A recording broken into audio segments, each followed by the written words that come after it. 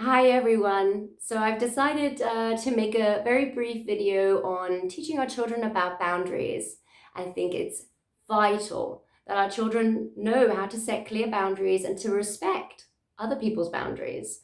So we see children on the playground, playing together, and you see the little boy or the girl chasing after the other one and trying to kiss them, and the other one doesn't want to, and he just keeps running after, and then in the end they kiss him, or that she kisses him, or whoever it may be. And we think, oh my God, it's so cute, it's so sweet. It is, but it's kind of not, because this is sweet now. What about when they're older? They're gonna think, it's okay for me. I'm a man. I want to kiss her. But if she says no, I'm going to do it anyway because, it's been approved of. And we think, nah, they're not going to do that because I'm teaching them morals and values and all of these other things. But actually, no, we're ingraining that behavior is okay, and it's not. So if you notice yourself doing that, then please reflect and see, is this what I want? Is this what I want to teach my child? And I've done this with my son. I had moments where I was really struggling with people crossing all my boundaries, and it was really affecting me. And I was like, right, okay, for me to be a great role model, I need to set an example and I need to heal my wounds, because it was triggering me when he was sitting on top of me when I didn't want to, or when he was touching me or kissing me when I didn't really want to. And I was like, this isn't normal that I'm getting so upset about this. So I healed that with an RTT session from one of my colleagues who was amazing. And I was able to let a lot of that stuff go, and now I'm not so triggered. But I've learned out of all of this is that I need to teach my son, who will one day be a grown man, that he needs to respect my body, his friends' bodies, and his own body. So I've had several conversations with him about his body. So who gets to clean his willy? Very simple, just saying it as it is. Who gets to touch his willy? He does. It's his body. He gets to clean it. If he needs help, he can ask me or daddy or whoever is, in close proximity, who's a family member who you trust, That's okay. But make that very clear. Don't just go in the shower and clean them without permission. They are little individuals who deserve respect, and we need to respect their bodies, just as we want them to respect other people's bodies and boundaries when they're older, right? So let's teach them now, because we are creating little grown-ups. We need to remember that. And I know this time has been, truly mental. And I think you are all doing amazing. You've all been parents. You've all been teachers. You've had to do literally everything. But this is so important. And another thing that I wanted to say was, so I've had conversations with my son, and some of you might think, oh, that's a bit strange, but I think this is important. We never know, right, who might abuse a child. We think no one in my family would do that. The teachers are amazing at school, and they probably are, but why not be safe than sorry? And just in case this ever comes up, then our children will know exactly what to do. So abusers are very smart at manipulating. They do it with sweets. They do it in a way that makes the child feel like they're not doing anything wrong. They tend to do it, oh, we're just washing, we're just cleaning, we're just washing. That's why I want you guys to tell your children, no one gets to touch your body, only you or mummy or daddy. And if anyone else does, you tell them, I'm going to tell my mummy about this and she's going to call the police. I'm going to tell my daddy about this and she's going to call the police. And have this conversation in a friendly, jokey way. You're teaching them something super basic. They're brushing their teeth. You talk to them about that, right? In the morning, you have to brush your teeth, or you have to eat your dinner, or you have to make your bed, or you have to clean your bum, whatever you teach them. This is just another part of this very normal setup.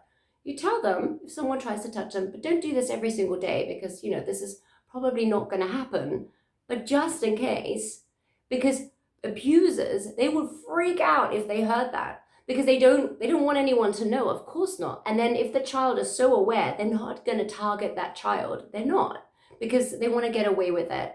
So this is a great way of preventing something further to happen. And your child will then openly tell you, and you will then take the further steps.